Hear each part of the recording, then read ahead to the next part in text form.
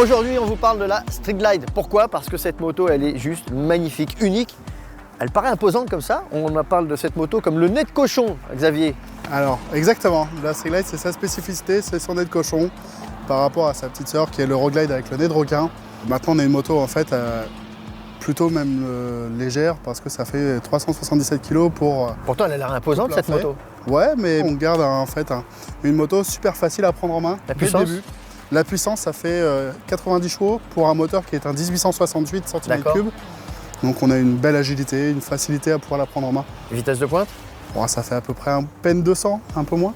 En tout cas, c'est une moto où il y a bien sûr plein d'options possibles.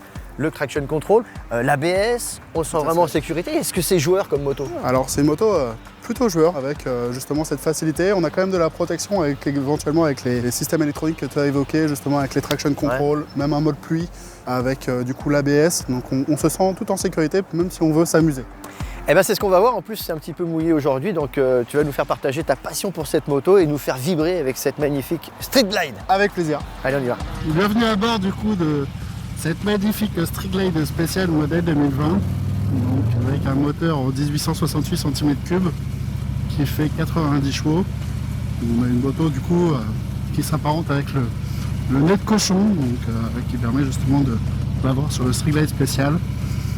On va avoir une moto donc en termes de tableau de bord, donc en termes de vie, donc avec des différents compteurs, un gros cadran donc en plein milieu.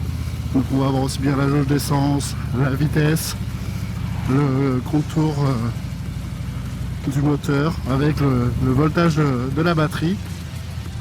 Et puis juste en dessous, on va avoir donc ce grand écran donc, qui est tactile et qui permet aussi de pouvoir appuyer aussi avec à l'aide d'un bouton à faire la gestion de toute l'interface. Donc ça va compartimenter par 3 modules, aussi bien donc la musique, la navigation, ainsi que le téléphone.